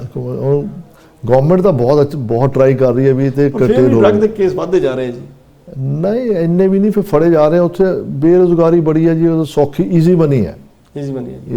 ਦੂਸਰਾ ਜਿਹੜਾ ਇੱਥੋਂ ਲੋਕ ਪੈਸੇ ਦੇ ਕੇ ਉੱਥੇ ਕਿਸੇ ਦਾ ਮਰਡਰ ਕਰਵਾਉਂਦੇ ਆ, ਸੱਟਾਂ ਮਰਵਾਉਂਦੇ ਆ, ਇੱਥੋਂ ਜਿਹੜੀ ਰੈਂਸਮ ਇੱਥੋਂ ਮਤਲਬ ਜਿਹੜਾ, ਇਹ ਤਾਂ ਸਾਰੀ ਦੁਨੀਆ 'ਚ ਹੀ ਪੈਂਡਿੰਗ। ਅਫਵਾਹਾਂ ਜ਼ਿਆਦਾ ਹੁੰਦੀਆਂ ਜੀ, ਅਖਬਾਰਾਂ ਦੀ ਖਬਰਾਂ ਜ਼ਿਆਦਾ ਹੁੰਦੀਆਂ, ਪਰ ਅਸਲੀਅਤ ਦੇ ਕੇਸਿਸ ਘੱਟ ਨੇ ਜੀ ਹੈਗੇ ਉੱਥੇ। ਸੋ ਜਿਹੜੇ ਇੱਥੇ ਵੀ ਕਰਾਉਣਗੇ ਉਹਨਾਂ ਤੇ ਵੀ 120 ਵੀ ਲੱਗ ਸਕਦੀ ਹੈ, 120 ਵੀ ਲੱਗ ਸਕਦੀ ਹੈ, ਕੌਂਸਪੀਰੇਸੀ ਲੱਗਦੀ ਹੈ, ਬਣਿਆ ਜੀ। ਹੁਣੇ ਤੁਹਾਡਾ ਜਿਹੜਾ ਜਲੰਧਰ ਮਰਡਰ ਹੋਇਆ ਸੀ, ਜਾਂ ਉੱਥੇ ਇੱਕ ਲੜਕੀ ਦੀ ਡੈਥ ਹੋ ਗਈ ਸੀ ਜਗਰਾਓਂ, ਇੱਥੋਂ BC ਚੋਂ ਦੋਨੋਂ ਮੀਆਂ ਉੱਥੇ ਦੋਨੋਂ ਐਕਸਟ੍ਰਾਡਾਈਟ ਹੋਏ, ਸੰਗਰੂਰ ਕੇਸ ਪੈਂਡਿੰਗ ਹੈ, ਮਰਡਰ ਕੇਸ ਹੁੰਦਾ ਜੀ। ਜੇ ਕੋਈ ਇਲੀਗਲ ਡਿਟੈਂਸ਼ਨ ਹੈ ਤਾਂ ਉੱਥੇ ਹੈਬੀਅਸ ਕਾਰਪਸ ਐਕਟ ਅਵੇਲੇਬਲ ਹੈ। ਇਲੀਗਲ ਡਿਟੈਂਸ਼ਨ ਦਾ ਹੈਬੀਅਸ ਕਾਰਪਸ ਅਵੇਲੇਬਲ ਹੈ ਜੀ। ਮਾਨਯੋਗ ਹਾਈ ਕੋਰਟ ਦਾ ਬੰਦਾ ਜਾਂਦਾ, ਉਹ ਬੰਦੇ ਬੜੇ ਫੜੇ ਜਾਂਦੇ, ਰਿਕਵਰੀ ਹੋ ਜਾਂਦੀ ਹੈ। ਉਹ ਬੜਾ ਵਧੀਆ ਐਕਟ ਹੈ। ਹਾਂਜੀ ਹਾਂਜੀ, ਉਹ ਬੜਾ ਸਕਸੈਸਫੁਲੀ ਕੰਮ ਕੀਤਾ ਉਹਨੇ। ਹਾਂਜੀ ਹਾਂਜੀ। ਸੋ ਹੋਰ ਤੁਸੀਂ ਸਾਡੇ ਸਰੋਤਿਆਂ ਨੂੰ ਕੋਈ ਖਾਸ ਸੁਨੇਹਾ? ਇੱਕ ਤਾਂ ਇਹ ਕਿ ਤੁਸੀਂ ਭਾਈ ਤੀਜੇ ਬੰਦੇ ਤੇ ਵਿਸ਼ਵਾਸ ਨਾ ਕਰੋ, ਸਭ ਤੋਂ ਵੱਡੀ ਗੱਲ ਤੀਜੇ ਬੰਦੇ ਵਿਸ਼ਵਾਸ। ਤੇ ਇੱਕ ਜਿਹੜਾ ਡਰਾਈਵਰ ਤੁਸੀਂ ਉੱਥੇ ਵਰਤਣਾ ਹੈ ਉਹ ਆਪਣਾ ਬੰਦਾ ਹੋਵੇ, ਉਹ ਤੁਹਾਡਾ ਬਿਲਕੁਲ ਜਾਣਿਆ ਪਛਾਣਿਆ ਆਪਣਾ ਬੰਦਾ ਹੋਵੇ। ਜੇ ਡਰਾਈਵਰ ਦੀ ਕਿਸੇ ਉਹਦੇ ਕੌਂਸ਼ੀਅਸ ਪੋਜੀਸ਼ਨ ਦੇ ਵਿੱਚੋਂ ਕੋਈ ਰਿਕਵਰੀ ਕੰਟਰਾਬੈਂਡ ਫੜੀ ਗਈ ਤਾਂ ਨਾਲ ਤੁਹਾਡਾ ਇਹ ਵੀ ਮੁਲਜ਼ਮ ਬਣਨਗੇ, ਬਿਕੋਜ਼ ਦੇ ਵਰ ਆਲਸੋ ਸਿਟਿੰਗ ਇਨ ਦ ਕਾਰ, ਔਰ ਤੁਹਾਡਾ ਜਿਹੜਾ 120 ਵੀ ਤੁਹਾਡੇ ਤੇ ਲੱਗ ਸਕਦੀ। ਇੱਕ NRI ਭਰਾਵਾਂ ਨੂੰ ਇੱਕ ਹੋਰ ਮੈਂ ਰਿਕੁਐਸਟ ਕਰਦਾ ਵੀ ਜੇ ਤੁਸੀਂ ਕਿਤੇ ਇੰਡੀਆ ਦੀ ਲੜਕੀ ਨਾਲ ਵਿਆਹ ਕਰਾ ਲਿਆ ਤਾਂ ਇਮਾਨਦਾਰ ਰਹੋ, ਤਾਂ ਉਹਨੂੰ ਬੁਲਾਓ, ਇਮਾਨਦਾਰ ਰਹੋ ਤੇ ਉਹਨੂੰ ਬੁਲਾਓ, ਉਹਨੂੰ ਤੁਸੀਂ ਵਿਚਾਰੀ ਨੂੰ ਆਪਣੀ ਕਿਸਮਤ ਤੇ ਨਾ ਛੱਡੋ। ਇਹ ਬੜੇ ਕੇਸਿਸ ਨੇ, ਯਾਨੀ ਤੁਹਾਡੀ ਇੰਟੈਂਸ਼ਨ ਜਿਹੜੀ ਉਹ ਡਿਸਹੋਨੈਸਟ ਨਹੀਂ ਹੋਣੀ, ਡਿਸਹੋਨੈਸਟ ਹੋਣੀ ਚਾਹੀਦੀ। ਕਈ ਕੇਸਿਸ ਦੇਖੇ 2-2 ਵਿਆਹ ਕਰਾ ਕੇ ਉੱਥੇ ਫਿਰ ਵਿਆਹ ਕਰਾ ਲੈਂਦੇ ਨੇ, ਦੱਸਦੇ ਨਹੀਂ। ਇੱਕ ਛੋਟਾ ਜਿਹਾ ਕੁਐਸਚਨ ਅਸੀਂ ਅੰਤ ਚ ਪੁੱਛਾਂਗੇ ਪਿੰਡ ਦਾ, ਜਿਹੜੇ ਅਰੈਸਟ ਕਰਨ ਵਾਸਤੇ ਕਹਿੰਦੇ ਸੁਪਰੀਮ ਕੋਰਟ ਦੇ ਜਿਹੜੇ ਡਾਇਰੈਕਸ਼ਨਸ ਜਾਰੀ ਹੋਈਆਂ ਸੀ, ਮੇਰੇ ਖਿਆਲ ਡੀ ਬਾਸੂ ਦਾ ਕੇਸ ਸੀ, ਉਹ 22 ਡਾਇਰੈਕਸ਼ਨਸ ਕੀਤੀਆਂ ਸੀ ਕਿ 8 ਡਾਇਰੈਕਸ਼ਨ ਕਿ ਅਰੈਸਟ ਕਰਨ ਵਾਲਾ ਆਪਣਾ ਨਾਮ ਬੋਲੂਗਾ, ਉਹਦਾ ਨਾਮ ਇੱਥੇ ਲਿਖਿਆ ਹੋਊਗਾ, ਔਰ ਉਹ ਵਿਦਆਊਟ ਜਿਹੜੇ FIR ਅਰੈਸਟ ਨਹੀਂ ਕਰੂਗਾ। ਇੱਕ ਤਾਂ ਉੱਥੇ ਸਨਸੈਟ ਤੋਂ ਬਾਅਦ ਅਰੈਸਟ ਨਹੀਂ ਹੁੰਦੀ ਜੀ, ਅਰੈਸਟ ਹੁੰਦੀ ਹੈ ਸਨਸੈਟ ਤੋਂ ਬਾਅਦ ਅਰੈਸਟ, ਜਾਂ ਕੋਰਟ ਤੋਂ ਵਾਰੰਟ ਲੈ ਕੇ ਜਾਂਦੇ ਤਾਂ ਅਰੈਸਟ ਹੁੰਦੀ ਹੈ। ਪਰ ਆਪਣੇ ਤਾਂ ਉੱਥੇ ਸਵੇਰੇ ਤੜਕੇ 3 ਜਾਂ 4 ਵਜੇ ਰੇਡ ਮਾਰ ਕੇ ਬੰਦੇ ਫੜ ਲੈਂਦੇ ਜੀ, ਜਾਂ ਉਹ ਮਤਲਬ ਰਾਤ ਨੂੰ ਤਾਂ ਜਾਣਾ ਪੈਂਦਾ, ਬੰਦੇ ਭੱਜ ਜਾਂਦੇ ਨੇ ਤਾਂ ਸਵੇਰੇ ਫੜੇ ਜਾਂਦੇ ਨੇ ਤੇ ਲੇਟ ਨਾਈਟ ਵੀ ਆਮ ਤੌਰ ਤੇ ਰੇਡ ਵਿੱਚ। NRI ਇੱਕੋ ਰਿਕੁਐਸਟ ਹੈ ਵੀ ਜੇ ਲੜਕੀ ਨੂੰ ਬੁਲਾਓ ਨੇ ਉੱਥੇ ਡੋਰੀ ਕੇਸ ਰਜਿਸਟਰ ਕਰਾ ਦੇਣਾ, ਤੁਸੀਂ ਫਿਰ ਸਾਰੀ ਉਮਰ ਉੱਥੇ ਨਹੀਂ ਜਾ ਸਕਦੇ। ਸੋ ਉੱਥੇ ਜੇ ਤੁਸੀਂ ਜਿਹੜਾ 498 ਦਾ ਕੇਸ ਕਹਿੰਦੇ ਹੋ, 506 ਇੰਟਰਸਟ ਆਫ ਪ੍ਰਾਪਰਟੀ ਵੀ ਨਾਲ ਲੱਗ ਜਾਂਦੀ ਹੈ। ਉਹ ਜੇ ਕੇਸ ਕਿਸੇ ਤੇ ਰਜਿਸਟਰ ਹੋ ਜਾਂਦਾ ਹੈ, ਕਿਸੇ ਬੰਦੇ ਨੇ ਦਾਜ ਲੈ ਕੇ ਵਿਆਹ ਕੀਤਾ, ਇੱਥੇ ਆ ਕੇ ਕੁੜੀ ਨਹੀਂ ਕਿਸੇ ਦੀ ਬੁਲਾਈ, ਤਾਂ ਉਹਦੇ ਤੇ 498 ਦਾ ਜਿਹੜਾ ਕੇਸ ਬਣ ਜਾਂਦਾ, ਫਿਰ ਉਹ ਇੰਡੀਆ ਵਾਪਸ ਨਹੀਂ ਜਾਊਗਾ। ਜੇ ਜਾਊਗਾ ਤਾਂ ਉਹ 에ਅਰਪੋਰਟ ਤੇ ਫੜੇਗਾ। 406 498 ਜੇ ਨਹੀਂ ਜਾਊਗਾ ਤਾਂ ਵਾਰੰਟ ਕੋਰਟ ਕੱਢੂਗੀ, ਕੋਰਟ ਦਾ ਕੰਮ ਹੈ। ਔਰ ਅੱਜ ਕੱਲ ਪੀਓ ਹੋ ਜਾਊਗਾ ਜੀ, ਫਿਰ ਕੰਪਿਊਟਰਾਈਜ਼ਡ ਕੰਮ ਹੈ, ਉੱਥੇ ਦਿੱਲੀ ਫੜਿਆ ਜਾਊਗਾ, ਦਿੱਲੀ 에ਅਰਪੋਰਟ ਤੇ ਫੜਿਆ ਜਾਊਗਾ, ਔਰ ਉਹਦੀ ਬੇਲ ਨਹੀਂ ਹੋਣੀ। ਇੱਕ ਇਹ ਰਿਕੁਐਸਟ ਹੈ ਵੀ ਜੇ ਤੁਸੀਂ ਵਿਆਹ ਕਰਾ ਲਿਆ, ਇਮਾਨਦਾਰ ਲੜਕੀ ਨੂੰ ਬੁਲਾਓ, ਲੜਕੀ ਨੂੰ ਆਪਣੇ ਸੇਮ ਲੜਕੀਆਂ ਤੇ ਵੀ ਐਪਲੀਕੇਬਲ ਹੈ, ਜਿਨ੍ਹਾਂ ਨੇ 30-40 ਲੱਖ ਰੁਪਏ ਮੁੰਡੇ ਵਾਲਿਆਂ ਦਾ ਲਵਾ ਰਿਆ। ਲੜਕੀਆਂ ਤੇ ਵੀ ਫਿਰ ਕ੍ਰਿਮੀਨਲ ਕੇਸ 406 ਦਾ ਹੋ ਸਕਦਾ ਜੀ, ਕ੍ਰਿਮੀਨਲ ਮਿਸਐਪਰੋਪ੍ਰੀਏਸ਼ਨ ਉਹਦਾ, ਕਿਉਂਕਿ ਇਕੱਲੇ ਲੜਕੇ ਤੇ ਤਾਂ ਨਹੀਂ ਕਿਤੇ ਹੁੰਦਾ। ਹਾਂ ਨਹੀਂ, ਲੜਕੀਆਂ ਦੇ ਡੋਰੀ ਨਹੀਂ ਹੋ ਸਕਦਾ 498 ਦਾ ਨਾ, ਕਿਉਂਕਿ ਡੌਰੀ ਐਕਟ ਬਣੇ ਹੀ ਲੜਕਿਆਂ ਲਈ, ਲੜਕਿਆਂ ਨੇ। ਹਾਂ ਸੋ ਫਿਰ ਲੜਕੀਆਂ ਦੇ ਤਾਂ ਦੇਖੋ, ਜਿਹੜਾ ਮਾਂ ਪਿਓ ਮੁੰਡੇ ਦਾ ਉਹਨਾਂ ਨੂੰ ਹੀ, ਜੇ ਬੱਚਾ 50 ਲੱਖ ਆ ਕੇ ਉੱਥੇ ਮਿਹਨਤ ਕਰਦਾ ਇੰਡੀਆ 'ਚ, ਹਾਂਜੀ ਉੱਥੇ ਵੀ ਸਕਸੈਸਫੁਲ ਹੋ ਸਕਦਾ ਜੀ। ਉਹ ਤਾਂ ਫਿਰ ਮਾਂ ਪਿਓ ਨੂੰ ਹੀ ਚਾਹੀਦਾ, ਲੜਕੇ ਨੂੰ ਵੀ ਤੁਸੀਂ ਜਿੱਥੇ ਵਿਆਹ ਕਰਾ ਰਹੇ ਹੋ ਦੇਖੋ ਬੁਲਾਓਗੇ ਉਹ ਨਹੀਂ ਵਰਕ ਬੁਲਾਓਗੇ। ਪਰਮਿਟ ਦਾ ਸਹਾਰਾ ਲੈਣ, ਉਹ ਆਪਣੀ ਜਿਹੜੀ ਜੌਬ ਉੱਥੇ ਕਰਕੇ, ਹੋਰ ਬੜੇ ਤਰੀਕੇ ਬੜੇ ਲੀਗਲ ਤਰੀਕੇ ਆ, ਉਹਨਾਂ ਦੇ ਰਾਹੀਂ ਜਿਹੜੇ ਆ ਮਤਲਬ ਮਾਂ ਪਿਓ ਇੱਥੇ ਆ ਸਕਦੇ ਨੇ। ਕਿਉਂਕਿ ਸਾਡੇ ਹਿੰਦੁਸਤਾਨ ਦੀ 130-35 ਕਰੋੜ ਆਬਾਦੀ ਹੈ, ਅੱਛਾ ਮੁਲਕ ਵਸ ਰਿਹਾ ਹੈ, GDP ਉੱਪਰ ਜਾ ਰਹੀ ਹੈ, ਇਕਨੋਮੀ ਉੱਪਰ ਜਾ ਰਹੀ ਹੈ, ਡੂਇੰਗ ਵੈਰੀ ਵੈਲ। ਹੁਣ ਅੱਜ ਕੱਲ੍ਹ ਇੱਕ ਭੇਡ ਚਾਲ ਵੀ ਕੈਨੇਡਾ ਭੇਜੋ, ਆਸਟ੍ਰੇਲੀਆ ਭੇਜੋ, ਅਮਰੀਕਾ ਭੇਜੋ, ਬੱਚੇ ਵੀ ਉੱਥੇ ਰਹਿ ਕੇ ਤਿਆਰ ਨਹੀਂ। ਹੁਣ ਜਿਹੜੇ ਉੱਥੇ ਦੇਖੋ ਆਈਲੈਟਸ ਵਾਲੇ ਸਕੂਲ ਜਾ ਚੱਲ ਰਹੇ, ਦੂਜੇ ਕਾਲਜ ਘੱਟ ਚੱਲ ਰਹੇ, ਇੰਜੀਨੀਅਰਿੰਗ ਕਾਲਜ ਖਾਲੀ। ਜਿਸ ਤਰ੍ਹਾਂ ਮਤਲਬ ਕੈਨੇਡਾ, ਅਮਰੀਕਾ, ਆਸਟ੍ਰੇਲੀਆ, ਇੰਗਲੈਂਡ ਨੇ ਦਰਵਾਜ਼ੇ ਖੋਲ੍ਹੇ ਸੀ। ਬੜੀ ਲੇਟੈਸਟ ਗੱਲ ਸੁਣਨ ਚਾਹੀਏ ਕਿ ਸਾਡੀ ਜਿਹੜਾ ਆਇਰਲੈਂਡ ਕੰਟਰੀ ਹੈ, ਜਿੱਥੇ 66 ਲੱਖ ਪਾਪੂਲੇਸ਼ਨ ਸਾਰੀ, ਔਰ ਉੱਥੇ ਸਿਰਫ 20 ਲੱਖ ਬੰਦਾ ਕੰਮ ਕਰਨ ਵਾਲਾ ਰਹਿ ਗਿਆ, ਉਹਨਾਂ ਨੇ ਵੀ ਗਵਰਨਮੈਂਟ ਆਫ ਇੰਡੀਆ ਨੂੰ ਕਿਹਾ ਕਿ ਜਿਹੜੇ ਸਟੂਡੈਂਟਸ ਨੇ, ਸਾਨੂੰ ਵਰਕਫੋਰਸ ਦੀ ਲੋੜ ਹੈ, ਔਰ ਅਸੀਂ ਵੀ NRIs ਵਾਸਤੇ ਦਰਵਾਜ਼ੇ ਇੱਥੇ ਖੋਲ੍ਹਦੇ ਹਾਂ, ਔਰ ਉੱਥੇ ਤੁਸੀਂ ਆਓ, ਆ ਕੇ ਆਪਣਾ ਜਿਹੜਾ ਬਿਹਤਰ ਭਵਿੱਖ ਬਣਾਓ, ਤੁਹਾਨੂੰ PR ਵੀ ਜਲਦੀ ਦਿੱਤਾ ਜਾਊਗਾ, ਔਰ ਤੁਹਾਡੀ ਜਿਹੜੀ ਫੀਸ ਹੈ ਉਹ ਵੀ ਕੈਨੇਡਾ ਜਾਂ ਅਮਰੀਕਾ ਜਾਂ ਹੋਰ ਕੰਟਰੀਆਂ ਨਾਲੋਂ ਅੱਧੀ ਫੀਸ ਲੈ ਕੇ ਤੁਸੀਂ ਆਇਰਲੈਂਡ ਦੇ ਵਾਸੀ ਬਣ ਸਕੋਗੇ। ਜੇ ਇਸ ਤਰ੍ਹਾਂ ਹੋ ਗਿਆ ਤਾਂ ਮੇਰੇ ਖਿਆਲ 'ਚ ਵੀ ਜਿਹੜਾ ਪੰਜਾਬ ਹੈ ਉੱਥੇ ਕਾਫੀ ਸਾਰੀ ਮਾਈਗ੍ਰੇਸ਼ਨ ਬਾਹਰ ਹੋ ਜਾਣੀ ਹੈ। ਸਰ ਦੇਖੋ, ਆਪਣੇ ਬੱਚੇ ਬਹੁਤ ਮਿਹਨਤੀ ਨੇ, ਹਾਂਜੀ, ਥਰੂ ਆਊਟ ਵਰਲਡ ਦੇਖ ਲਓ ਜੀ ਜੀ, ਆਪਣੇ ਜਿਹੜੇ ਇੰਡੀਅਨਸ ਨੇ, irrespective of any state, Punjabi ਨਾ ਛੱਡੋ, ਸਾਰੇ ਇੰਡੀਅਨ ਉਹ ਟੌਪ ਦਾ ਨਾਮ ਰੋਸ਼ਨ ਕਰ ਰਹੇ ਨੇ, ਟੌਪ ਦੇ ਡਾਕਟਰਸ ਨੇ, ਸਾਇੰਟਿਸਟ ਨੇ, ਇੰਜੀਨੀਅਰਸ ਨੇ ਜੀ, ਨਾਮ ਰੋਸ਼ਨ। ਆਪਣੇ ਬੱਚੇ ਮਿਹਨਤੀ ਬਹੁਤ ਨੇ, ਕਾਮਯਾਬ ਹੋ ਰਹੇ ਨੇ ਜੀ, ਇੰਡੀਆ 'ਚ ਵੀ ਕਾਮਯਾਬ ਹੋ ਰਹੇ ਨੇ। ਇੰਡੀਆ ਦੀ ਜੌਬਸ, IITs ਵਗੈਰਾ ਟੌਪਰ ਬੱਚੇ they are doing very well ਜੀ। ਜਿਹੜੇ ਬਾਹਰ ਆ ਕੇ ਵੀ ਦੇਖੋ ਬੱਚੇ ਜਿਹੜੇ 80-90% they are very hard working ਜੀ, ਦੇਸ਼ ਦਾ ਨਾਂ ਰੋਸ਼ਨ ਕਰ ਰਹੇ ਨੇ। ਪਿੰਡ ਸਾਹਿਬ, ਤੁਸੀਂ ਤੁਹਾਡਾ ਲੰਬਾ ਤਜਰਬਾ ਰਿਹਾ, ਭਾਵੇਂ ਆਪਾਂ ਸਬਜੈਕਟ ਤੋਂ ਬਾਹਰ ਨਹੀਂ ਜਾਣਾ ਚਾਹੁੰਦੇ ਸੀ, ਸਾਡਾ ਜਿਹੜਾ ਸਬਜੈਕਟ ਆ ਉਹ NRIs ਨੇ, ਔਰ NRIs ਵੀ ਵਿਕਟਮਸ ਨੇ। ਅਸੀਂ ਕੋਸ਼ਿਸ਼ ਕਰਾਂਗੇ ਕਿ ਤੁਸੀਂ ਜੇ ਕਿਸੇ ਨੂੰ ਲੋੜ ਪੈਂਦੀ ਹੈ, ਤੁਸੀਂ ਕਿਸੇ ਨੂੰ ਸਲਾਹ ਦੇ ਸਕਦੇ ਹੋ, ਗਾਈਡ ਕਰ ਸਕਦੇ ਹੋ, ਕਿਸੇ ਦੀ ਮਦਦ ਕਰ ਸਕਦੇ ਹੋ, ਉਹਨੂੰ ਫ੍ਰੀ ਕੰਸਲਟੈਂਸੀ ਦੇ ਸਕਦੇ ਹਾਂ, ਉਹਨੂੰ ਸਮਝਾ ਸਕਦੇ ਹਾਂ ਵੀ ਇਹ ਤੇਰਾ ਵਾਇਆ ਮੀਡੀਆ ਆਪਣੀ ਸਮਝ ਦੇ ਮੁਤਾਬਕ ਜੀ, ਵੀ ਇਹ ਤੇਰਾ ਵਾਇਆ ਮੀਡੀਆ ਵੀ ਤੂੰ ਇਸ ਤਰ੍ਹਾਂ ਕਰ ਲੈ। ਕਿਉਂਕਿ ਉੱਥੇ ਜੁਡੀਸ਼ੀਅਲ ਸਿਸਟਮ ਬਹੁਤ ਅੱਛਾ ਹੈ, ਵਕੀਲ ਸਾਹਿਬ ਸਾਡੇ ਹਰੇਕ ਪੰਜਾਬ ਦੇ ਹਰੇਕ ਡਿਸਟ੍ਰਿਕਟ 'ਚ ਟੌਪ ਦੇ ਵਕੀਲ ਬੈਠੇ ਆ, ਸਿਵਲ ਕ੍ਰਿਮੀਨਲ। ਇੱਕ ਦੱਸੋ ਕਿ NRI ਜੇ ਉੱਥੇ ਕੁਝ ਬਾਏ ਕਰਨਾ ਚਾਹਣ ਤਾਂ ਉਹ ਕਿਸ ਤਰ੍ਹਾਂ ਦੀ ਪ੍ਰਾਪਰਟੀ ਆਪਣੇ ਨਾਂ ਤੇ ਖਰੀਦ ਸਕਦੇ ਆ, ਔਰ ਕਿਸ ਤਰ੍ਹਾਂ ਦੀ ਪ੍ਰਾਪਰਟੀ ਆਪਣੇ ਨਾਂ ਤੇ ਨਹੀਂ ਖਰੀਦ ਸਕਦੇ? ਸਰ ਪੰਜਾਬ ਦੇ ਨੋ ਬਾਰ, ਹਿਮਾਚਲ 'ਚ ਵੀ ਨਹੀਂ ਖਰੀਦ ਸਕਦੇ। ਪੰਜਾਬ ਜਿਹੜੀ ਐਗਰੀਕਲਚਰ ਲੈਂਡ ਹੈ ਮੇਰੇ ਖਿਆਲ 'ਚ ਉਹ ਨਾਨ ਸਿਟੀਜ਼ਨਸ ਮੇਰੇ ਖਿਆਲ 'ਚ ਨਹੀਂ ਖਰੀਦ ਸਕਦੇ, ਉਹ ਨਹੀਂ ਖਰੀਦ ਸਕਦੇ ਜੀ। ਬਾਕੀ ਉਹ ਸਭ ਦੇ ਮਾਪਿਓ ਬੈਠੇ ਨੇ, ਕਮਰਸ਼ੀਅਲ ਪ੍ਰਾਪਰਟੀਜ਼, ਇੰਡਸਟਰੀਅਲ ਪ੍ਰਾਪਰਟੀਜ਼ ਜਾਂ ਰੈਜ਼ੀਡੈਂਸ਼ੀਅਲ ਪ੍ਰਾਪਰਟੀ ਉਹ ਖਰੀਦ ਸਕਦੇ ਨੇ ਜੀ। ਸੋ ਉਹਦੇ ਤੇ ਕੋਈ ਪਾਬੰਦੀ ਨਹੀਂ। ਓਵਰਆਲ ਆਪਣਾ ਮੁਲਕ ਵੀ ਬਹੁਤ ਅੱਛਾ ਚੱਲ ਰਿਹਾ ਜੀ। ਬੱਚੇ ਉੱਥੇ ਜੇ ਮਿਹਨਤ ਕਰੋ ਉੱਥੇ ਬਹੁਤ ਅੱਛੇ ਸੈਟਲ ਹੋ ਰਹੇ ਨੇ, ਬਹੁਤ ਸੈਟਲ ਹੋ ਰਹੇ ਜੀ ਸਿਵਲ ਸਰਵਿਸ ਦੇ ਵਿੱਚ। ਵੈਸੇ ਤਾਂ ਜਿਹੜਾ ਸਾਡਾ ਪੰਜਾਬ ਹੈ ਉਹਦਾ ਧਿਆਨ ਹੁਣ ਸਿਵਲ ਸਰਵੈਂਟਸ ਬਣਨ ਵੱਲ ਨਹੀਂ ਰਿਹਾ, ਸਾਡੀ ਜਿਹੜੀ ਬੱਚੀਆਂ ਇੰਨਾ ਅੱਛਾ ਕਰ ਰਹੀਆਂ, ਸਾਡਾ ਜਿਹੜਾ ਜੁਡੀਸ਼ੀਅਲ ਸਿਸਟਮ ਹੈ ਪੰਜਾਬ ਦਾ, ਉਹਦੇ ਮੇਨ ਲੜਕੀਆਂ ਸਿਲੈਕਟ ਹੋ ਕੇ ਆ ਰਹੀਆਂ ਲੜਕੇ ਨਾਲੋਂ ਜ਼ਿਆਦਾ। ਲੜਕੀਆਂ ਔਰ ਬੜਾ ਵਧੀਆ ਕੰਮ ਕਰ ਰਹੀਆਂ। ਜੇ 100 ਪੋਸਟਾਂ ਹੋਣ ਤਾਂ 70 ਕੁ ਲੜਕੀਆਂ ਸਿਲੈਕਟ ਹੋ ਰਹੀਆਂ, 30 ਲੜਕੇ ਸਿਲੈਕਟ ਹੋ ਰਹੇ ਨੇ। ਬੜੀ ਮਤਲਬ ਰੇਸ਼ੋ ਪਤਾ ਨਹੀਂ ਹਾਂਜੀ ਘੱਟ ਗਈ ਦੇ ਆਰ ਬਹੁਤ ਮਿਹਨਤ ਕਰ ਰਹੇ ਨੇ ਲੜਕੀਆਂ ਵੀ, ਹਾਂਜੀ ਬੱਚੀਆਂ they are doing very well. ਜਿਹੜੀ ਤੁਹਾਡਾ ਜਿਹੜਾ ਕਾਫੀ ਸਾਰੇ ਮੁੱਦੇ ਆਪਣੇ ਪਿੰਡ ਸਾਹਿਬ ਹੋਰ ਆਉਣਗੇ ਆਉਣ ਵਾਲੇ ਪ੍ਰੋਗਰਾਮਾਂ 'ਚ। ਅਸੀਂ ਦਰਸ਼ਕਾਂ ਦੀਆਂ ਕਾਲਾਂ ਲਵਾਂਗੇ ਜਿਹੜੇ ਇੱਥੇ ਰੀਅਲੀ ਵਿਕਟਮ ਨੇ, ਔਰ ਤੁਹਾਡੇ ਤੋਂ ਉਹ ਜਿਹੜੇ ਆਪਣੀ ਸਲਾਹ ਲੈਣਗੇ ਜਾਂ ਕੰਸਲਟੈਂਸੀ ਵੀ ਮਦਦ ਹੋ ਸਕਦੀ ਹੈ। We can give free consultancy. ਗੱਲ ਹੋਰ ਹੈ ਕਿ ਜਿਹੜਾ ਇੱਥੇ ਬੈਠੇ ਲੋਕ ਜਿਹੜੇ ਆ ਆਪਣੀ ਉੱਥੇ ਜ਼ਮੀਨ ਵੇਚ ਕੇ ਉਹਦਾ ਪੈਸਾ ਇੱਥੇ ਲੈਣਾ ਚਾਹੁੰਦੇ ਆ, ਉਹ ਉੱਥੇ ਜੇ ਵੀ ਵੇਚਣਾ ਚਾਹੁੰਦੇ ਆ, ਉਹ ਪਾਵਰ ਆਫ ਅਟਾਰਨੀ ਦੇ ਦੇਣ ਜੀ, ਉੱਥੇ ਭੇਜ ਦੇਣ, ਉੱਥੇ ਐਮਬੋਸ ਹੋ ਕਮਿਸ਼ਨਰ ਸਾਹਿਬ ਦਫ਼ਤਰ 'ਚ ਟਿਕਟ ਲਾ ਕੇ ਜੀ, ਤਾਂ ਫਿਰ ਰਜਿਸਟਰੀ ਹੋ ਜਾਂਦੀ ਆ। ਉੱਥੋਂ ਬੈਂਕ ਟੂ ਬੈਂਕ ਟ੍ਰਾਂਸਫਰ ਹੋ ਜਾਂਦਾ ਜੀ। ਇੱਕ ਸਾਲ 'ਚ $2.5 ਲੱਖ ਤੱਕ ਤੁਸੀਂ ਪੈਸੇ ਭੇਜ ਸਕਦੇ ਹੋ ਉੱਥੋਂ ਵਾਈਟ ਮਨੀ।